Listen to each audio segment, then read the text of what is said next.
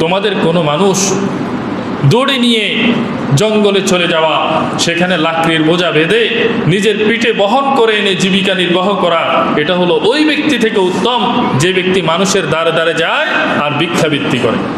এই যে কষ্ট করে জীবিকা নির্বাহ করা, কাঠ কেটে জঙ্গল থেকে এনে বিক্রি করে নিজের জীবিকা নির্বাহ করা, নবীজি বলেন এটা উত্তম। কিসের থেকে? ভিক্ষাবৃত্তি থেকে।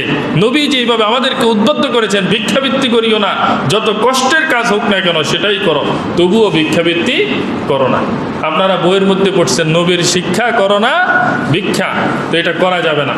মুসলমান বন্ধুরা আমার, নবীজি সাল্লাল্লাহু আলাইহি ওয়াসাল্লামের একজন সাহাবী, একজন মদিনার আনসারী সাহাবী আল্লাহর নবীর কাছে আসছে ভিক্ষুক হিসাবে ভিক্ষা করার জন্য। বলতেছে, ওগো আল্লাহর হাবিব, ঘরের মধ্যে কিছু নাই, 2-3 দিন পর্যন্ত অনাহারের মধ্যে আমরা জীবন যাপন করতেছি।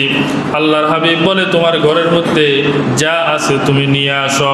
ওই লোকটা ঘরের মধ্যে গিয়া একটা কম্বল পাইছে, কম্বল, আর একটা পেয়ালা পাইছে, আর কিছু নাই। এই দুইটা আল্লাহর হাবিবের সামনে নিয়ে আসছে। আল্লাহর হাবিব এই দুইটা সাহাবীদের সামনে ঘোষণা করলেন, কে কিনবা, কে কত মূল্য দিবা। অবশেষে 2 দিরহামে আল্লাহর হাবিব বিক্রি করে দিলেন।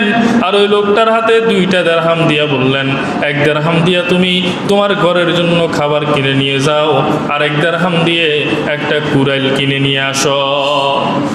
ওই লোকটা নবীজির কথা অনুযায়ী ঘরে বাজার সদাই কিছু করে দিলেন, আর আরেক দিরহাম দিয়ে একটা কুড়াইল, লোহার একটা কুড়াইল নিয়ে আসছে।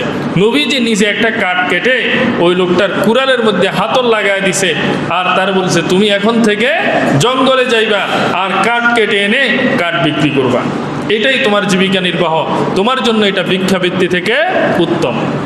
কিছুদিন পরে ওই লোকটা এসে আবার আল্লাহর নবীর সামনে 10 দিরহাম পেশ করছে। বলতেছে, ইয়া রাসূলুল্লাহ, এগুলা এই 10 দিরহাম এগুলা সব আমার কি উপার্জনের টাকা, আমার সঞ্চিত টাকা। নবীজি সাল্লাল্লাহু আলাইহি ওয়াসাল্লাম বলেন, এটা তোমার জন্য উত্তম, কারণ তুমি যদি ভিক্ষাবৃত্তি করতে থাকতে এভাবে, কিয়ামতের দিন তুমি এমনভাবে উঠতা যে তোমার চেহারার মধ্যে ভিক্ষাবৃত্তির একটা চিহ্ন থাকতো, একটা কালো দাগ থাকতো, মানুষ দেখে চিনতো যে তুমি কি ছিলা, ভিক্ষুক ছিলা। এভাবে নবীজির শিক্ষা এটা যে ভিক্ষাবৃত্তি করা যাবে না।